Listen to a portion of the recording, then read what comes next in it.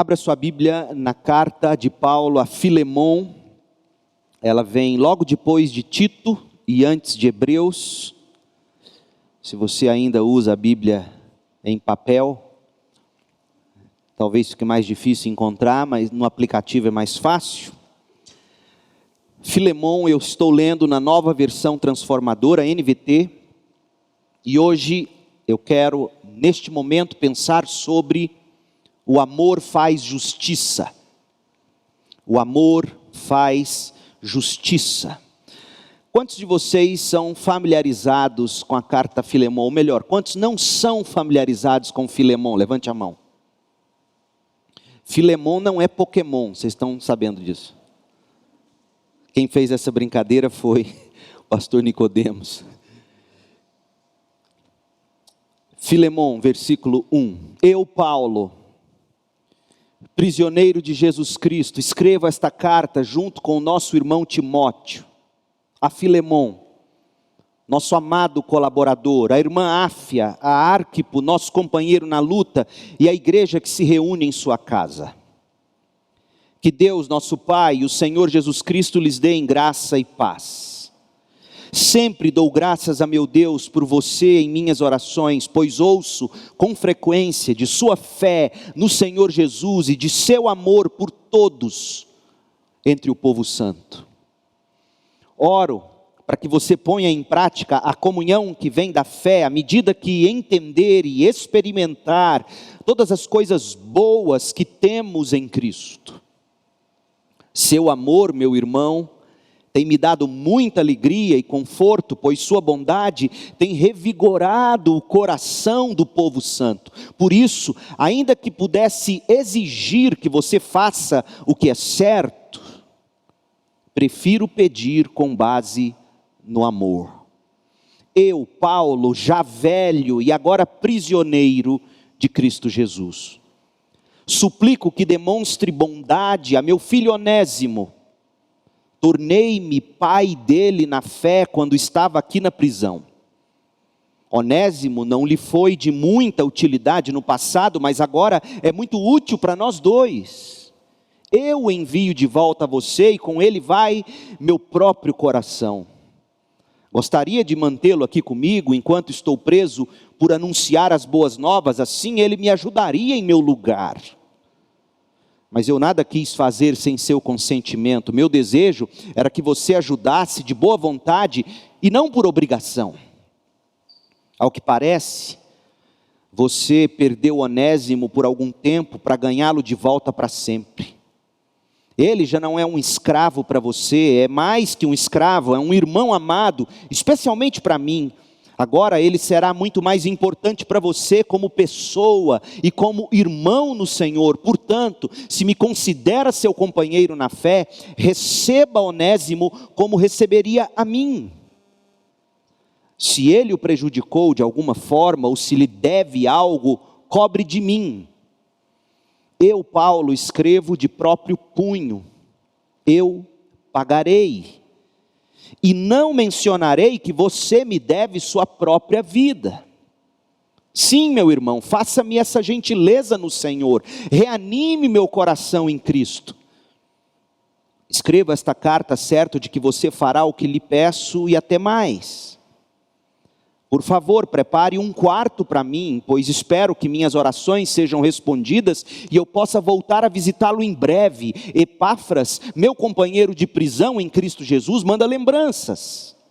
Marcos, Aristarco, Demas e Lucas, meus colaboradores, também enviam saudações. Que a graça de nosso Senhor Jesus Cristo esteja com o espírito de vocês. Interessante que a carta é endereçada a Filemon, mas a oração final vai para ele e para a igreja. Por quê? Cenas para os próximos capítulos. Os cristãos são geralmente acusados de omissão, não é verdade, gente? As pessoas costumam dizer que nós não somos pela justiça social. Elas afirmam que nós não nos importamos com a causa dos pobres. Nós não manifestamos contra o racismo, violência. Não dizemos qualquer coisa a respeito das injustiças cometidas contra minorias, e por aí vai. A mensagem que se prega é que nós cristãos nos alienamos com a história da vida eterna e deixamos a cabeça lá no céu, nas coisas celestiais, enquanto tudo e todos se explodem aqui na terra. É verdade, nós sabemos que ao longo da história, pessoas e grupos em nome do cristianismo cometeram todos os tipos de injustiça contra o ser humano. Nós não precisamos aqui ficar pontuando algumas dessas barbaridades que infelizmente aconteceram. É também verdade que houve omissões igualmente lastimáveis por parte daqueles que se diziam cristãos, quando não uma ação direta de injustiça cometida contra o próximo. Com efeito, para nossa vergonha, em nome da fé, todo tipo de abuso já foi cometido por parte daqueles que diziam estar seguindo a Bíblia. De violência doméstica, abuso infantil ou racial, aos tiranos nacionalistas ou imperialistas que apareceram na história da humanidade. É uma vergonha, é uma tristeza, mas é verdade, muito mal já foi feito em nome do cristianismo, com Bíblia na mão. O problema, no entanto, não está na Bíblia. O problema não está no Deus da Bíblia. O problema não está no Cristo dos cristãos. Prova é que uma olhada mais honesta nos anais da história revelará o quanto o cristianismo contribuiu para a causa dos direitos humanos e tantas outras questões sociais que são tão caras para o mundo ocidental. Dentre tantos avanços, nós estamos falando, por exemplo, da democracia. Aliás, de onde você acha que nasceu a liberdade de expressão, se não num contexto judaico-cristão, no grande novo experimento americano com a chegada dos puritanos ingleses na América do Norte? De onde você acha que nasceu a ideia de abolição da escravatura? Onde nasceu a democracia? Meu povo, há muito mais para se dizer no que tange ao papel importantíssimo, fundamental do cristianismo para as conquistas do Ocidente. Conquistas essas que hoje nós delas nos vangloriamos, sem darmos os devidos créditos. Pesquise com honestidade e você verá. O professor Adalto Lourenço, um dos maiores cientistas cristãos em atividade, ele também se dedica a ensinar sobre apologética, que é a defesa da fé cristã. Adalto Lourenço tem uma frase que é irretocável. Ele diz assim, abre aspas, a ciência devidamente estabelecida e a Bíblia corretamente interpretada não entrarão em contradição.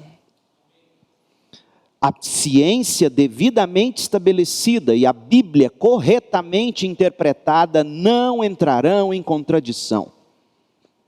Eu parafrasearia essa afirmação verdadeira da seguinte maneira, abre aspas, a Bíblia corretamente interpretada e praticada no Espírito, longe de ser fonte de atraso científico, autoritarismo, repressão ou abuso de qualquer natureza, essa Bíblia promoverá a salvação do indivíduo e a verdadeira justiça social.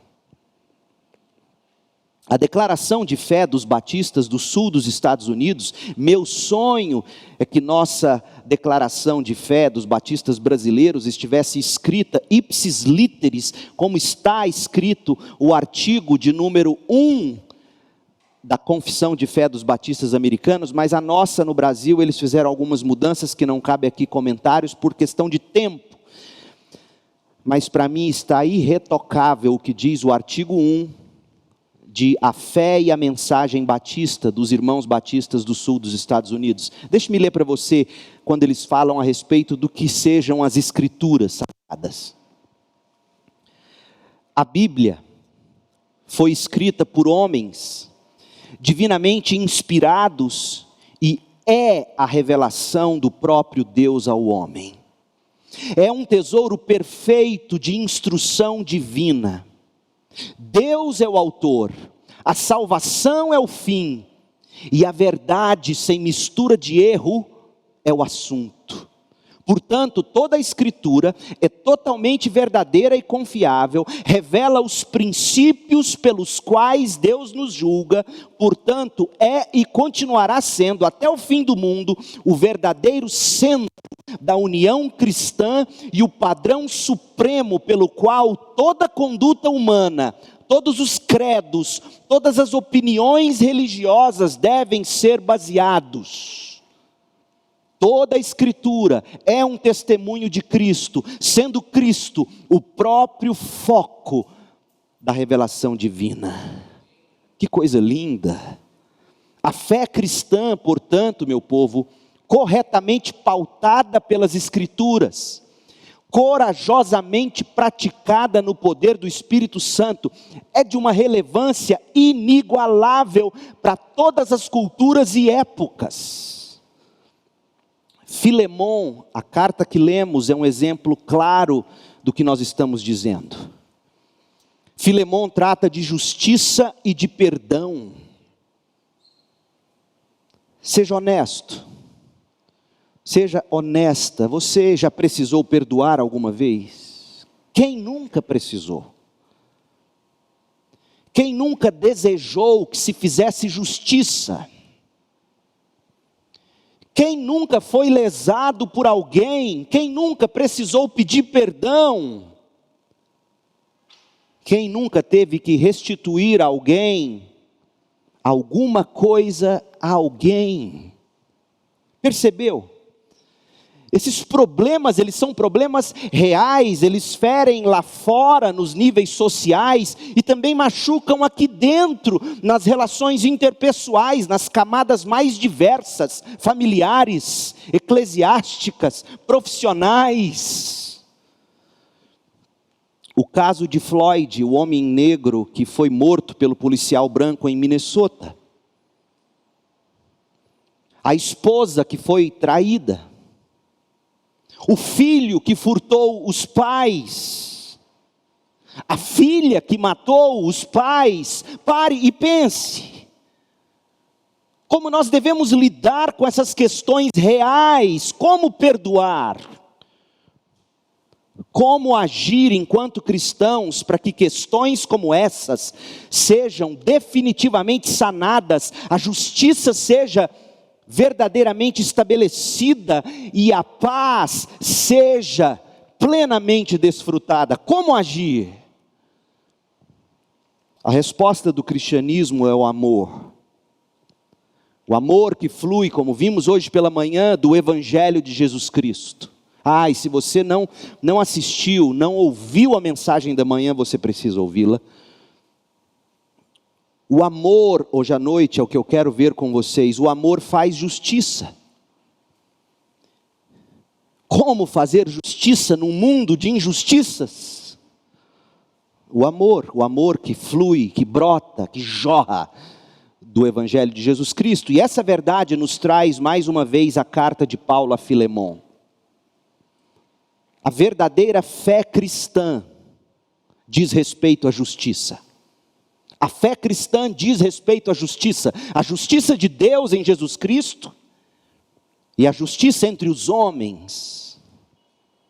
Mas eu sei, quando nós falamos em justiça, sem que se tenha algo concreto, fica difícil de se conceituar ou de se conceber a questão da justiça, não é mesmo?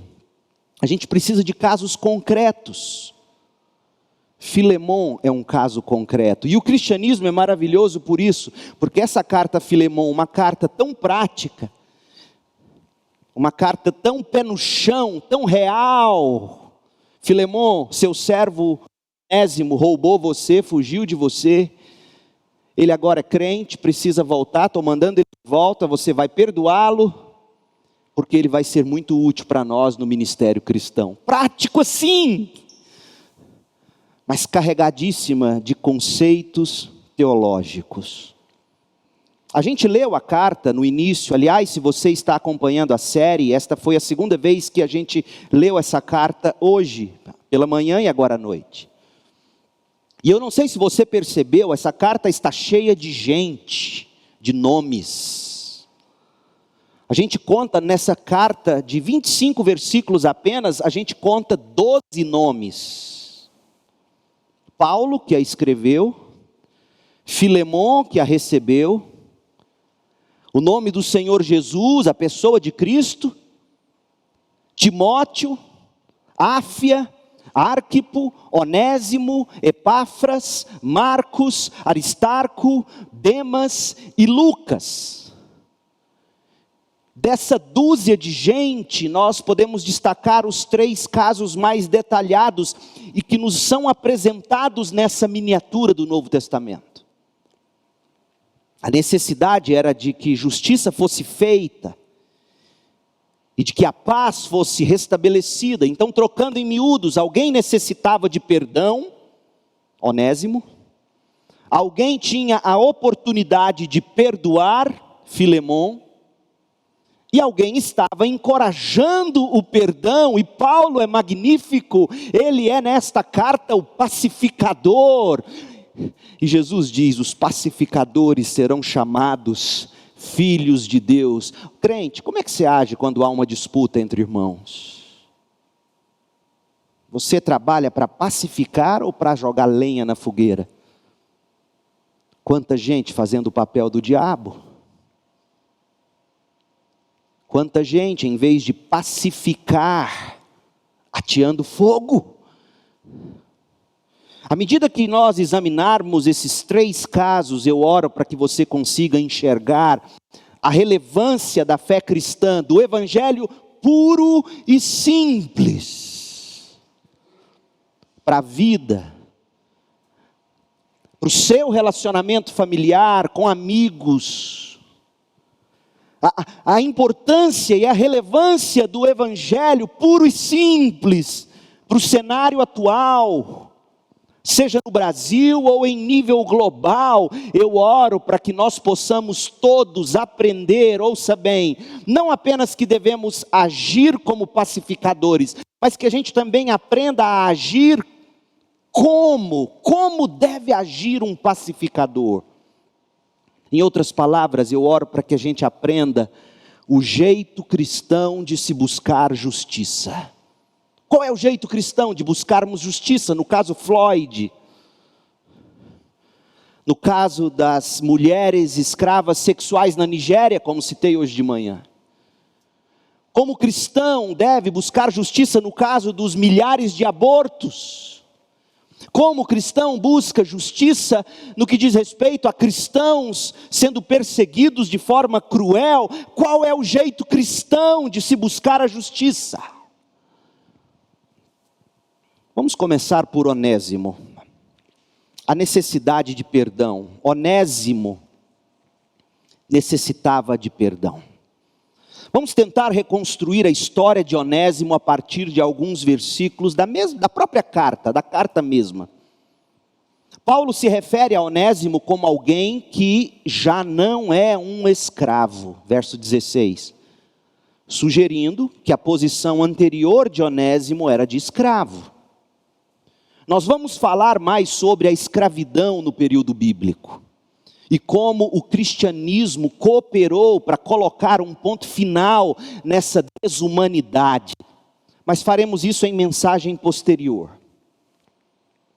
Portanto, se você quer compreender e deve desejar isso, como é que o cristianismo cooperou, nós falaremos mais disso noutro momento, Deus permitindo. Por ora, basta dizer que está claro pelo texto que Onésimo era um escravo ou servo. E já fica aqui a dica de como essa questão da escravidão no período neotestamentário é muito mais complexa do que a escravidão que a gente concebe ou conhece quando nós pensamos dos escravos negros da África para as Américas. Porque Paulo, por exemplo, quando ele se descreve servo de Jesus Cristo, todas as vezes que ele se denomina servo de Jesus Cristo, ele usa a mesma palavra para escravo que está aqui, doulos. Então Onésimo era um doulos, ele era um escravo, ele era um servo, e todo o tom da carta, em especial a partir do versículo 14, sugere que Onésimo era um escravo que pertencia a Filemon, só que algo deu errado. O quê? No verso 11, veja você, Paulo refere-se ao fato de Onésimo não ter sido de muita utilidade para Filemon. Ou seja, Onésimo deve ter sido um servo preguiçoso, displicente talvez, um malcriado. Mas a Bíblia diz, e Paulo provavelmente já tinha ouvido de alguma forma as queixas de Filemon a respeito de Onésimo, não era de muita utilidade no passado. Verso 11. No verso 14, Paulo reconhece que Onésimo não poderia permanecer com ele lá em Roma, sem o consentimento de Filemon lá em Colosso. Paulo preso em Roma, Filemon, a casa de Filemon servia como local de encontro e das reuniões da igreja de Colosso. Se você ler a carta aos Colossenses, você vai ver a conexão que há entre aquela carta e esta a Filemon. No verso 15, o apóstolo se refere à separação de Onésimo e de Filemon como algo que precisava ser de algum modo esclarecido. Então, no versículo 18, Paulo é um pouco mais claro. Parece que Onésimo agiu errado com Filemon e estava em débito, devendo alguma coisa para Filemon. Paulo não é tão específico, mas pelas palavras do verso 18, que diz assim: se Onésimo o prejudicou de alguma forma, ou se lhe deve algo, cobre de mim. Então muitos especulam que Onésimo deve ter roubado algo de Filemon, talvez por achar que Filemon não o tratava dignamente, não é? Então, nós poderíamos traduzir em termos atuais e dizer assim: Filemon é a burguesia majoritária, autoritária, dominante, e Onésimo é essa minoria massacrada. Não há nenhuma dificuldade em você fazer essa relação. Então, em algum ponto, talvez a coisa tenha se acentuado a partir do momento que Filemon se converte, Onésimo rouba, foge com medo do castigo e da justiça. Qualquer que seja a razão, o fato é que Onésimo abandonou Filemon de forma ruim e deixou algo pendente, não resolvido. Após a fuga dele, de algum modo, Onésimo acabou conhecendo Paulo. Parece que Paulo, preso em Roma, e por que Onésimo escolhe fugir para Roma? Roma era um lugar perfeito para um fugitivo tentar se esconder. Era grande, muita gente, gente de todos os lugares, e por algum motivo, alguma coisa, a providência de Deus, nós sabemos, Onésimo acabou conhecendo Paulo, e o verso 11 nos diz que Onésimo então se tornou muito útil. Mais que isso, Onésimo se tornou cristão. No versículo 10, Paulo diz: meu filho Onésimo, tornei-me pai dele na fé quando estava aqui na prisão. Ora, parece que Paulo sempre intencional em tudo que fazia, ganhou Onésimo para Jesus Cristo enquanto estava na prisão. E aqui há uma lição muito grande para nós. Antes de conseguirmos de fato ajudar qualquer ser humano, primeiro é preciso que ele conheça o Evangelho. Senão não passará de novalgina, de paliativo. Paulo provavelmente deve ter entrado em contato com Onésimo, porque Onésimo descobriu que Paulo estava em Roma e sabia da influência de Paulo sobre a vida de Filemon. de alguma forma quis que Paulo ajudasse, intermediasse isso, e Paulo falou, tá bom, eu vou te ajudar. Mas sabe o que você vai ter que fazer? Você vai pegar a carta que eu estou escrevendo e vai voltar lá para sua casa, lá para Filemão, e vai pedir perdão para ele. O que você faria? Paulo é demais, eu quero dar um beijinho nele no céu, um ósculo santo. Lá não tem Covid, e eu vou poder abraçar Paulo e falar, Paulo, você é o cara. Parece que Paulo, intencional, ganhou Onésimo para Jesus. Onésimo, você quer saber de uma coisa? Vamos resolver esse problema? Mas você é um pecador desgraçado, arrependa-se, creia em Cristo para salvação. Agora eu te ajudo. Onésimo, após encontrar a verdadeira fé, se tornou útil. O Evangelho transforma um empregado, um trabalhador inútil, num homem útil. Que coisa linda. E se torna também irmão amado para Paulo, verso 11, verso 16. O coração de Paulo ligou-se ao de Onésimo, de tal forma que quando Paulo se refere a Onésimo, ele diz assim, olha, Filemão, eu estou te enviando Onésimo, e eu envio de volta ele a você, e com ele vai o meu próprio coração, eu estou levando meu coração com ele. Que coisa linda. Paulo nos ensina que cristãos são homens e mulheres que têm o coração no que faz. Após a conversão, Onésimo precisava reparar os erros que cometeu. Filemão poderia se dispor a libertá-lo de sua obrigação, mas Onésimo teria que começar o processo de restauração. Sim, Filemão pode te perdoar. Filemão pode inclusive te dar alforria. Mas você, Onésimo, deve um pedido de perdão. Vá lá, antes de tudo. Vamos restituir Filemão. Qualquer que fosse o dano que suas ações e subsequente fuga pudessem ter causado ao seu patrão, vamos resolver isso. O cristianismo não varre os nossos pecados e erros e culpas para debaixo do tapete. Não é a falta de ética que nós vemos acontecendo no nosso país, porque as pessoas pensam assim, eu converti, agora acabou. Não, há coisas a serem resolvidas no passado.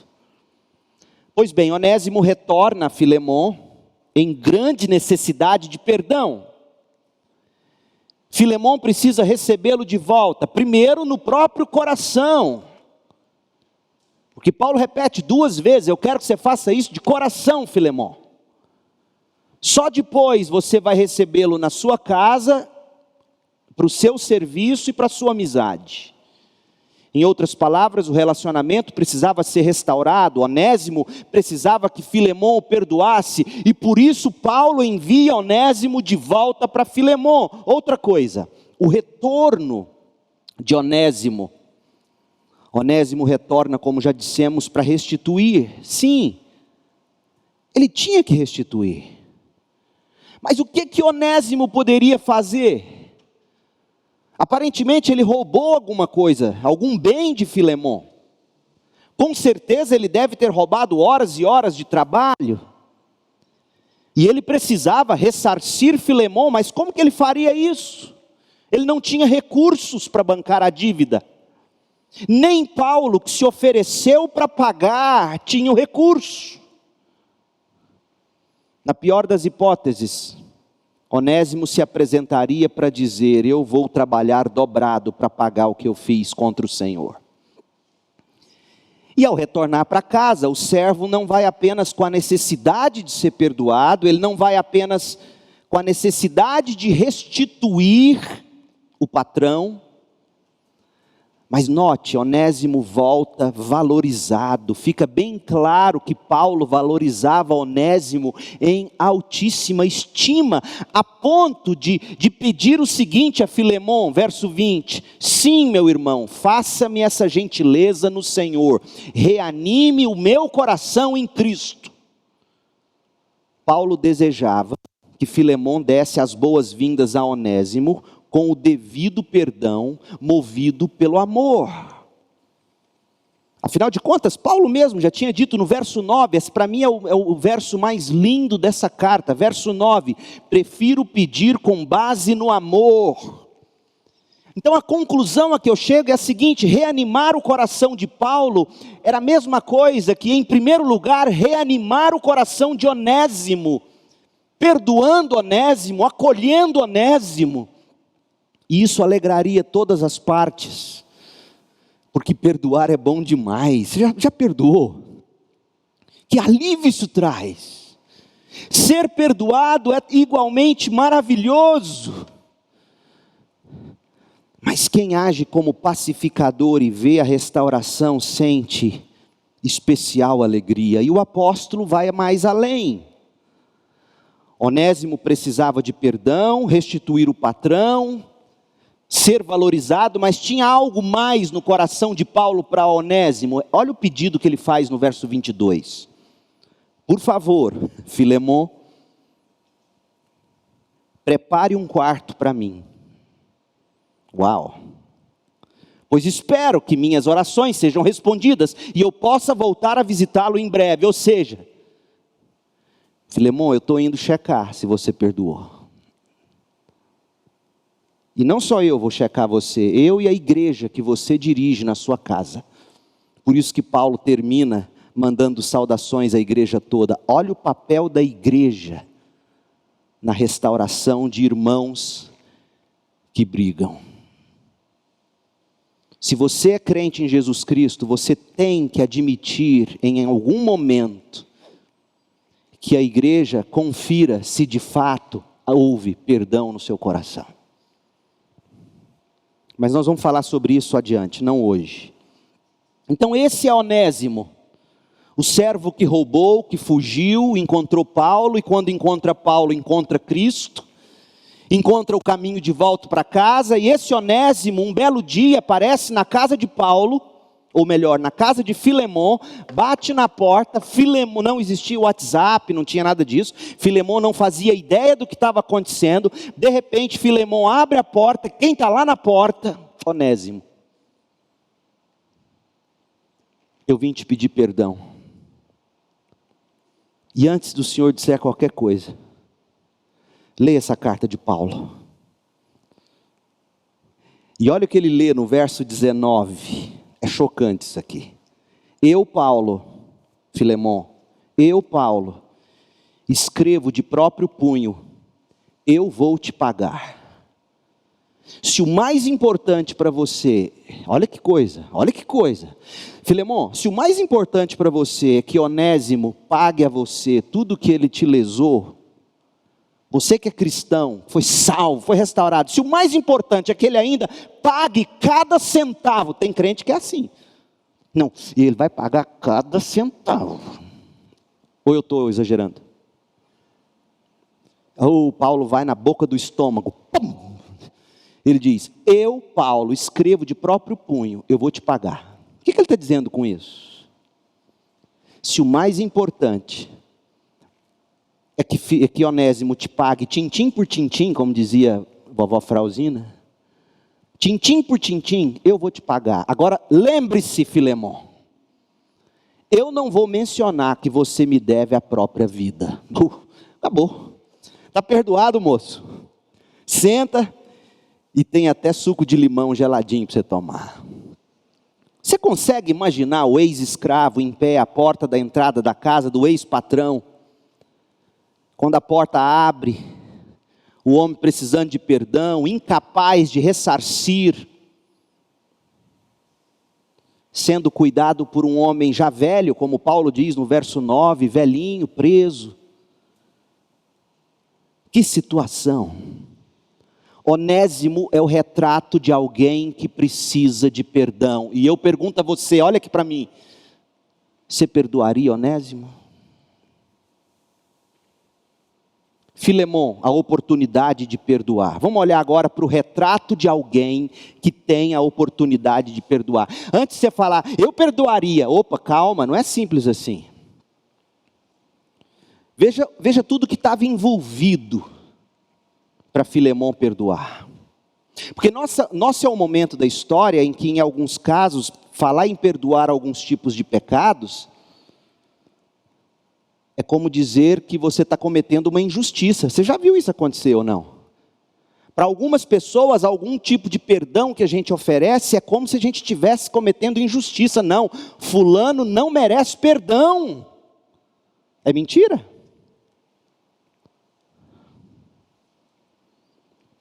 Olha o que diz, em primeiro lugar, a obrigação de Filemon de perdoar. Considere aqui o escopo do perdão que Paulo pede a Filemon. Primeiro, Filemon tinha que dar boas-vindas a Onésimo, ele tinha que acolher esse homem em amor. O apóstolo pede a Filemon que receba Onésimo, verso 17. Filemon é requisitado a abrir os braços para a mesma pessoa que rouba dele e o abandona. É requisitado a convidar esse homem para entrar de novo na casa dele. Será que Filemon todo dia antes de dormir ia ter que contar os talheres de prata para ver se Onésimo não roubou outro? Será que toda vez que Onésimo voltasse do mercado, Filemon teria que ficar contando o troco? Será que Filemon ia ter que ficar indo no galinheiro todo dia para contar as galinhas?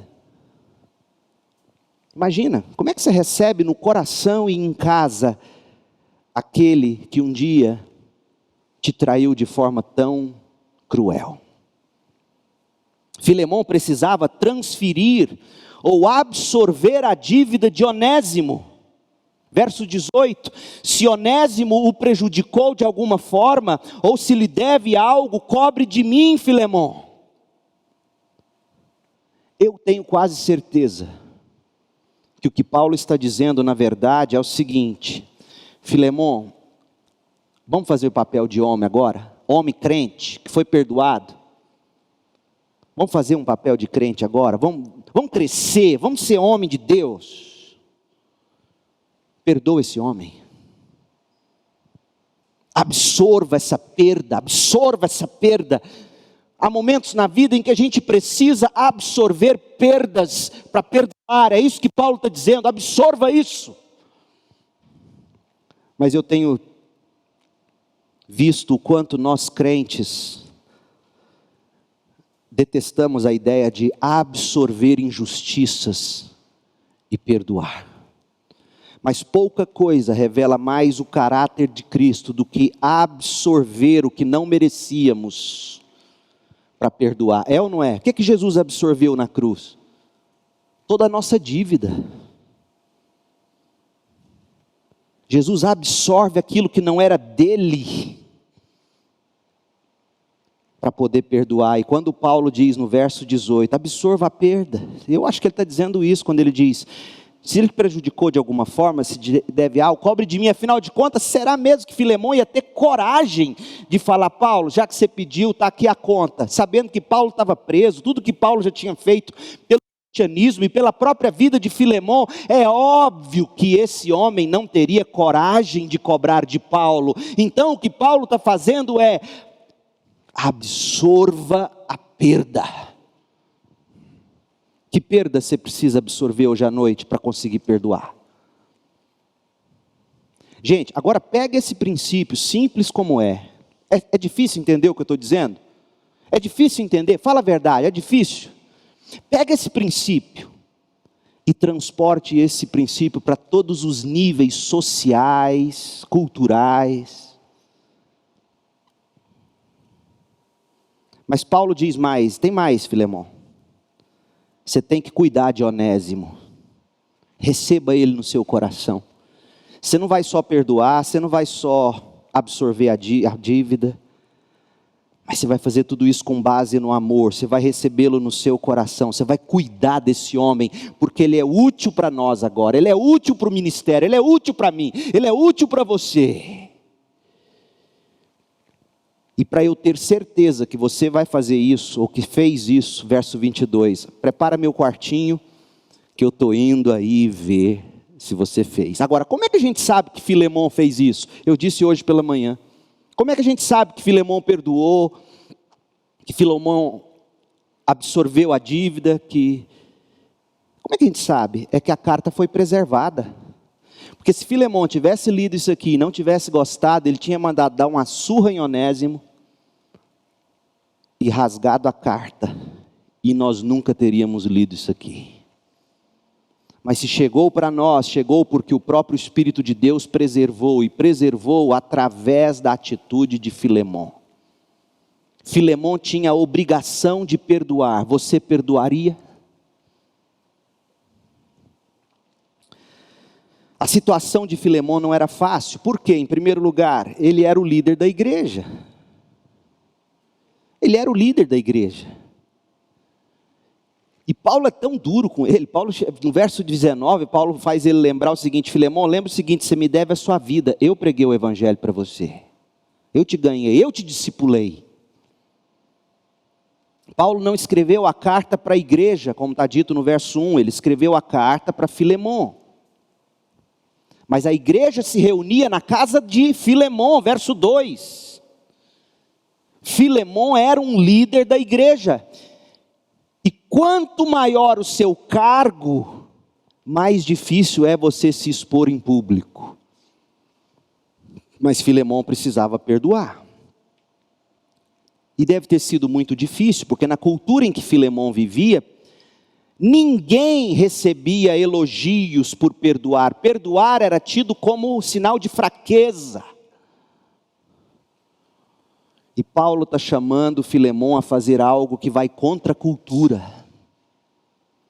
E eu fico impressionado porque a gente carrega esses mesmos traços ainda entre nós crentes. Como eu já disse, dependendo do caso ou da pessoa, ninguém precisa de perdão. A gente fica chocado com o advogado que tira bandido da cadeia. Não fica? Mas ele não merece o perdão? Ah, pastor, porque não foi a sua filha que ele estuprou e matou. É verdade, e queira Deus, em nome de Jesus, que isso nunca aconteça. Mas será mesmo que ele não merece também perdão? Oh, meu povo, o cristianismo não é difícil, o cristianismo é impossível. Mas pelo poder do Espírito em nós, a gente aprende qual é o nosso papel diante da sociedade, a dificuldade que é colocar em prática certos princípios, e a obrigação que nós temos, como Filemão tinha, de perdoar. Filemão é o retrato de alguém que tem a oportunidade de perdoar. Fosse você nessa foto, você perdoaria? E o último retrato é o de Paulo, privilégio de encorajar o perdão. Há mais esse retrato que vale a pena a gente encarar. Paulo é a pessoa que de alguma maneira interceptou Onésimo. Paulo é a pessoa que compartilhou o evangelho com Onésimo. Talvez Onésimo tivesse procurado Paulo com segundas intenções. Paulo, você conhece Filemão, você ganhou ele para Jesus. Eu estou fugindo, eu roubei dele. Talvez Onésimo achasse que Paulo fosse dar um jeitinho, já que devia ter a fama de ser um homem de grande coração. E Onésimo ouve Paulo dizer: eu vou te ajudar, mas eu sou pela verdade. E a verdade aqui diz: você vai pegar essa carta, você vai voltar, vai bater lá na porta da casa dele e vai pedir perdão. Está disposto? Paulo é a pessoa que compartilhou o evangelho, é a pessoa que agora envia de volta, escreve essa carta e se dispõe a supervisionar o caso. Filemão, arruma meu quartinho que eu quero ver no que tudo deu. Olha o apelo que Paulo faz. Paulo apela a Filemão em termos vagos. Ele diz no verso 17, receba-o. E aí ele acrescenta uma frase importante. Verso 17, receba-o como receberia a mim. Essa é a única coisa que Paulo pede diretamente em favor de Onésimo. Porque no resto da carta, Paulo expressa todos os seus pedidos, não como se fosse para Onésimo, mas como se fosse para ele mesmo. Agora preste atenção, esse princípio é fundamental. Há momentos na vida, e eu e você somos chamados para agir como pacificadores. Há momentos na vida que vai ser muito difícil a Laísa perdoar a Camila. Desculpa o exemplo. Mas digamos que a Laísa me procure: pastor, eu estou com ódio da Camila. A Camila fez isso. E por mais que eu tente falar de Camila e da necessidade, Laísa não consegue perdoar. Mas se Laísa me procurou, é porque ela me considera, é porque ela tem algum respeito, alguma confiança em mim. Então, tudo que eu vou pedir em favor de Camila, eu não vou pedir em nome de Camila, eu vou dizer: mas olha, eu amo Camila, Camila é importante para mim, Camila tem feito isso, olhe para mim, olhe para o amor que eu tenho por Camila, e você vai conseguir perdoar Camila. É isso que Paulo está fazendo. Tantas vezes a gente precisa trabalhar assim, sermos pessoas de confiança, amáveis. Porque Paulo só pede diretamente para Filemon no verso 17. Depois ele fala: coloca na minha conta, receba como recebe a mim. Ele vai chamando a atenção para ele: eu amo. Nós vamos falar mais sobre isso no desenrolar da carta, nas outras mensagens. Mas Paulo pede que Filemon cobre dele mesmo qualquer débito, verso 18. Ele vai assumir a conta.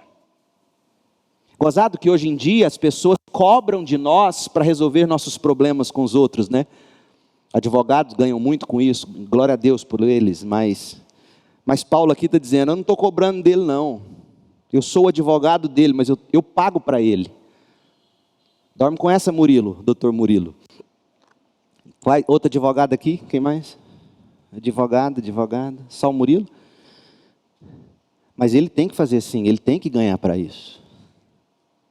Mas Paulo, ele diz: eu vou pagar. Pagar como, Paulo? Você não tem um couro para deitar em cima e dar acesso quando vier a convulsão. Como é que você vai pagar esse negócio? Segundo, Paulo faz-se o objeto do amor ao pedir a Filemon. Ele fala assim, faz o seguinte, verso 20: alegra meu coração. Como? Recebendo Onésimo. Se você perdoar Onésimo, absorver a dívida de Onésimo, receber Onésimo no seu coração, utilizar Onésimo no reino de Deus, ou seja, deixá-lo livre, você vai me alegrar demais. E mais, ele está disposto a ir na casa de Filemon, como diz o verso 22. Agora, que método Paulo usa? A gente tem que perceber também, como é que Paulo argumenta? Paulo começa tirando as travas dos olhos de Filemon, para ver como é que ele reagiria. No verso 8, o apóstolo chega perto de abusar da autoridade dele sobre Filemon, quando ele diz assim: por isso, ainda que eu pudesse exigir em Cristo que você faça o que é certo, eu não vou fazer isso. Eu vou fazer com base no amor, na boa vontade. Amor, verso 9, boa vontade, verso 14. Até porque, Filemon, verso 5, eu sei do amor que você tem pelos crentes aí da igreja. É fácil amar aqueles que são como você, né? Mas eu quero ver você amar Onésimo. A sua fama é de que tem um bom coração, verso 5. E eu poderia exigir que você o recebesse, verso 8. Mas eu baseio no amor e na boa vontade, verso 9 e 14. Demonstre amor por Onésimo, com base na boa vontade, verso 14, e não na obrigação. E assim você estará demonstrando amor por mim, verso 17. Olha como o amor une, gente, não tem outro jeito. Então no verso 11 ele argumenta que receber Onésimo seria benéfico para Filemon, porque agora Onésimo era cristão e agiria diferente de como foi no passado. No verso 12, quando Paulo se refere a Onésimo como sendo meu próprio coração, o apóstolo não deixa dúvida de como esse assunto era importante para ele. No verso 13, Paulo enfatiza o sacrifício que ele mesmo faria. Porque Paulo diz, olha, eu sei que você vai... Olha como é que Paulo é tremendo. Ele diz, eu sei o quanto vai custar para você perdoar Onésimo. Mas eu deixá-lo ir, pedir perdão, eu abrir mão da convivência com ele, verso 13, também vai me custar. Eu amo Onésimo. Todos nós vamos ter que abrir mão de alguma coisa para a gente conseguir perdoar. Eu vou ter que abrir mão da companhia dele, você vai ter que abrir mão do seu orgulho. No verso 14, Paulo demonstra que respeita os direitos de Filemon, quando ele diz assim, mas eu nada quis fazer sem seu consentimento. Nada que... Olha a oportunidade de Paulo dar o jeitinho brasileiro. Ou o evangelho do jeitinho brasileiro, não cabe em Paulo. Não, Onésimo, você tem que pedir perdão. Porque o jeitinho brasileiro dizia, glória a Deus, você é de Jesus, né? Filemon não precisa saber disso, a gente não está mentindo, só está omitindo, não é assim? Ele mora em Colosso, que tal você ir lá para Tessalônica? E vocês nunca vão se encontrar. Mas ele diz, não, eu não vou fazer sem o consentimento. Verso 15, ao que parece você perdeu Onésimo, quando Onésimo fugiu, mas agora você vai ganhá-lo de volta para sempre. Verso 16, o apelo é feito com base no afeto cristão. Paulo manda ele de volta, mas não manda mais como escravo, manda ele como irmão. Verso 16, muito importante como pessoa e como irmão no Senhor. Verso 17, Paulo age com base em algum tipo de obrigação pessoal, quando ele diz assim, portanto, se me considera seu companheiro na fé, receba-o como receberia a mim. No verso 18, Paulo se oferece para assumir os débitos. E no verso 19, Paulo escreve do próprio punho, deixando-nos a impressão de que aquele ato estava sendo de alguma forma difícil, porque Paulo não escrevia as cartas, ele tinha um amanuense, um secretário.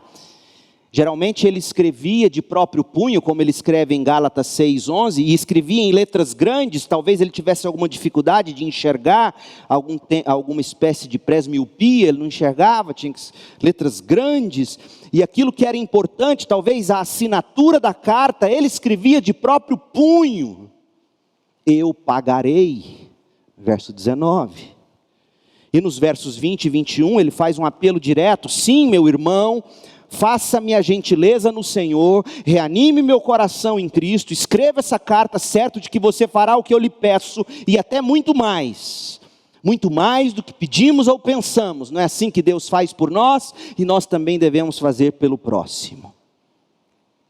Paulo chega a esse ponto para promover perdão, então não considere que Paulo esteja sendo abusivo no método dele. Paulo está sendo cristão.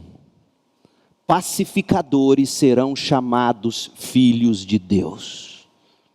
Paulo é o retrato de alguém que encoraja o perdão. Pega pesado. Como é que você agiria? Você é um pacificador? Eu vou ser muito franco com você agora. Às vezes você não vai conseguir. Mas então não haja para pôr mais incêndio ainda. Diga o seguinte, olha, eu gostaria muito de poder te ajudar como você de fato precisa, mas eu não consigo. Então, não vamos falar desse assunto. Especialmente nesse momento tão fácil de comunicação que são as redes sociais. Não se envolva, se você não consegue ser um verdadeiro pacificador, não se envolva. O pano de fundo da carta de Paulo a Filemon é a injustiça, é a necessidade de pedir e conceder perdão. Onésimo em diversos momentos sentiu-se, e de fato deve ter sentido, injustiçado por Filemon, não é? Senão ele não teria roubado e fugido, esse homem tem muito, não me paga nada, e coisas do tipo. Filemon, por outro lado, se sentiu lesado. Gente, transporte isso para o cenário em que a gente vive, veja a importância dessa carta. E Paulo, como vimos, ele traz os dois para o bom senso do Evangelho. Ele diz, Onésimo, peça perdão, existe perdão, existe possibilidade de você ser absolvido. Filemon, você deve isso, porque você foi perdoado. E Paulo se coloca no meio a fim de absorver, porque no final das contas, Paulo era um homem de palavra, e uma vez essa carta escrita, se em última instância Filemon dissesse, tá bom, eu perdoo, mas ele me deve tanto. Essa carta era uma nota promissória, e Paulo tinha nome, ele pagaria. E nessa breve carta, na qual ainda a gente vai se aprofundar, hoje a gente viu 3 retratos. Paulo é o pacificador e nós somos chamados a ser como ele. Porque existe algo particularmente semelhante a Cristo em relação ao pacificador que Paulo personifica tão bem nessa carta. Filemon, como Filemon a gente tem que perdoar, buscar reconciliação. A oração que o Pai Nosso expressa para nós, a oração que o Senhor ensinou é tão linda, mas ela é tão dura. Mateus 6,12, perdoa as nossas dívidas, porque aquilo que o outro comete contra nós é uma dívida. Essa é a expressão bíblica. Perdoa as nossas dívidas, assim como nós perdoamos os nossos devedores. É verdade isso, a gente perdoa quem nos deve. E Paulo está dizendo, Filemon, você tem que perdoar. E como Onésimo, todos nós temos necessidade de perdão, perdão dos outros, aqueles a quem defraudamos. Às vezes sem querer nós ferimos, e tantas vezes querendo nós ferimos. E a gente tem que pedir perdão.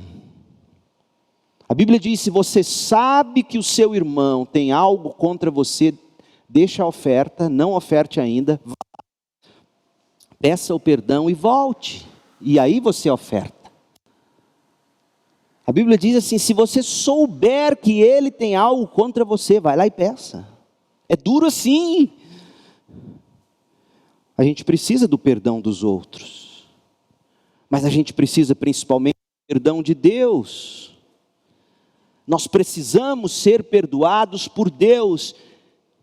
E se nós temos a verdadeira fé cristã, nós vamos perdoar, nós vamos pedir perdão, e nós vamos agir como pacificadores, porque na vida, ora nós teremos o papel de Paulo, ora nós seremos o Onésimo, ora nós seremos o Filemon. Às vezes tudo ao mesmo tempo. E como o mundo seria diferente se a gente entendesse que o amor faz justiça.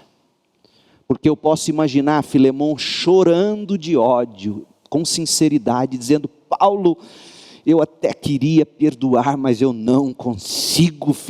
Como é que Onésimo fez isso, foi capaz de fazer isso? E mesmo que você pague, Paulo, cada centavo, em nome dele, não é a mesma coisa. E eu posso ouvir daquele bom velhinho apóstolo. Filemon, jogue a conta na cruz.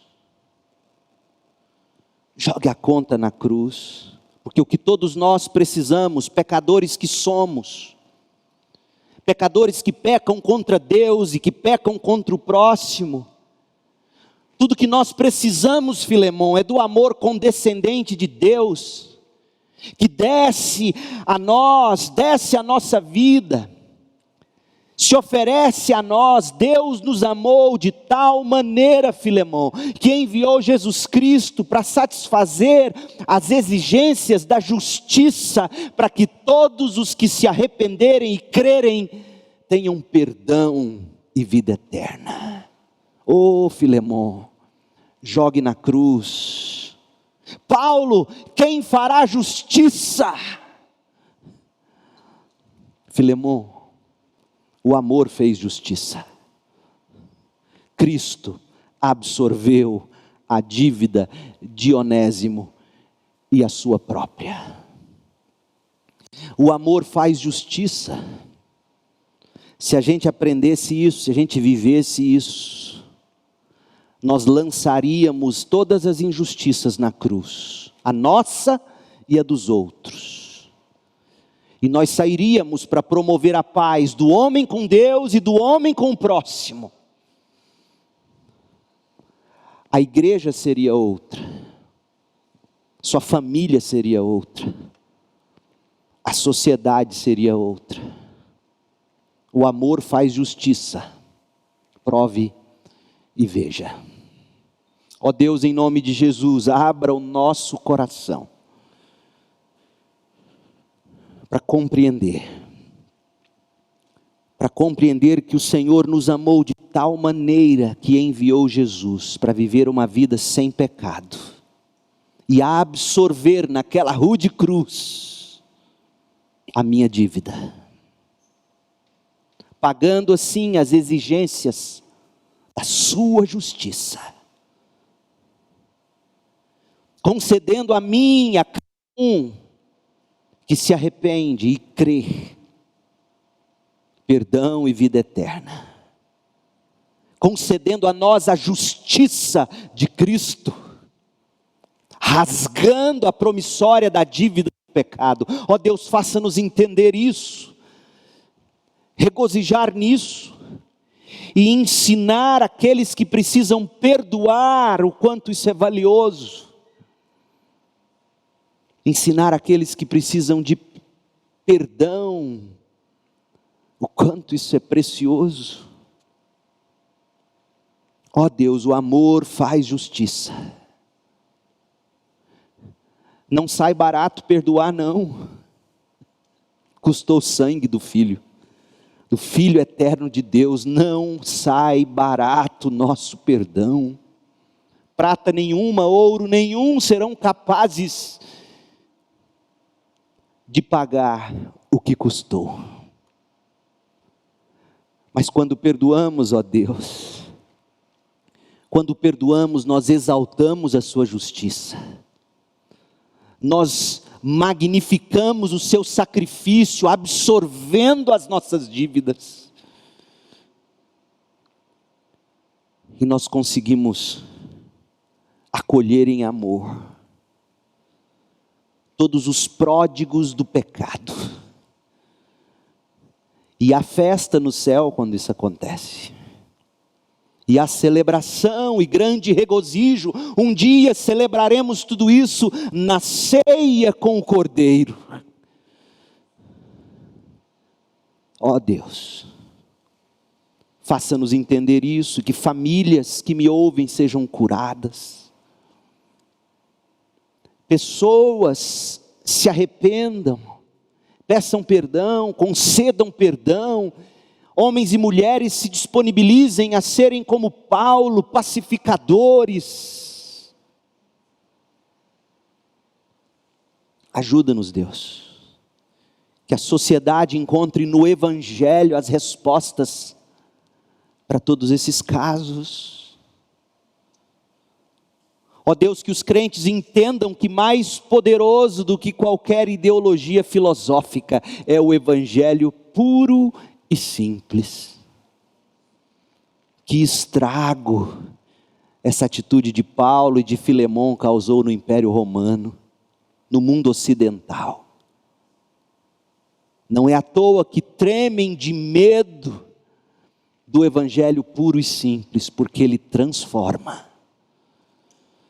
Homens covardes que se trancavam de medo em mártires de fé. O encontro com Cristo ressurreto nos transforma em homens e mulheres de fé e de coragem, e cheios de ternura e de amor. Ó Deus, faça de nós essa gente, faça de nós esse povo do amor que entende, sabe e proclama que o amor de Cristo faz justiça. Em nome de Jesus. Amém. Que Deus te abençoe com graça e paz.